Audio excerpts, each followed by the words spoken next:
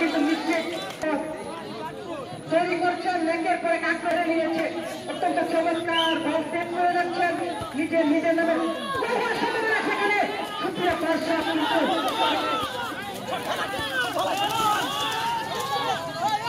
কিন্তু না, খাদা মুক্ত মাঠ, নিজেকে নিজে কন্ট্রোল করতে পারে না, সেখানে আবারও লম্বা করে কিক করেছেন সুপ্রিয় দর্শক। সেই গোলকিপার নাই, অত্যন্ত চমৎকার খেলছেন, লম্বা করে কিক করলেন।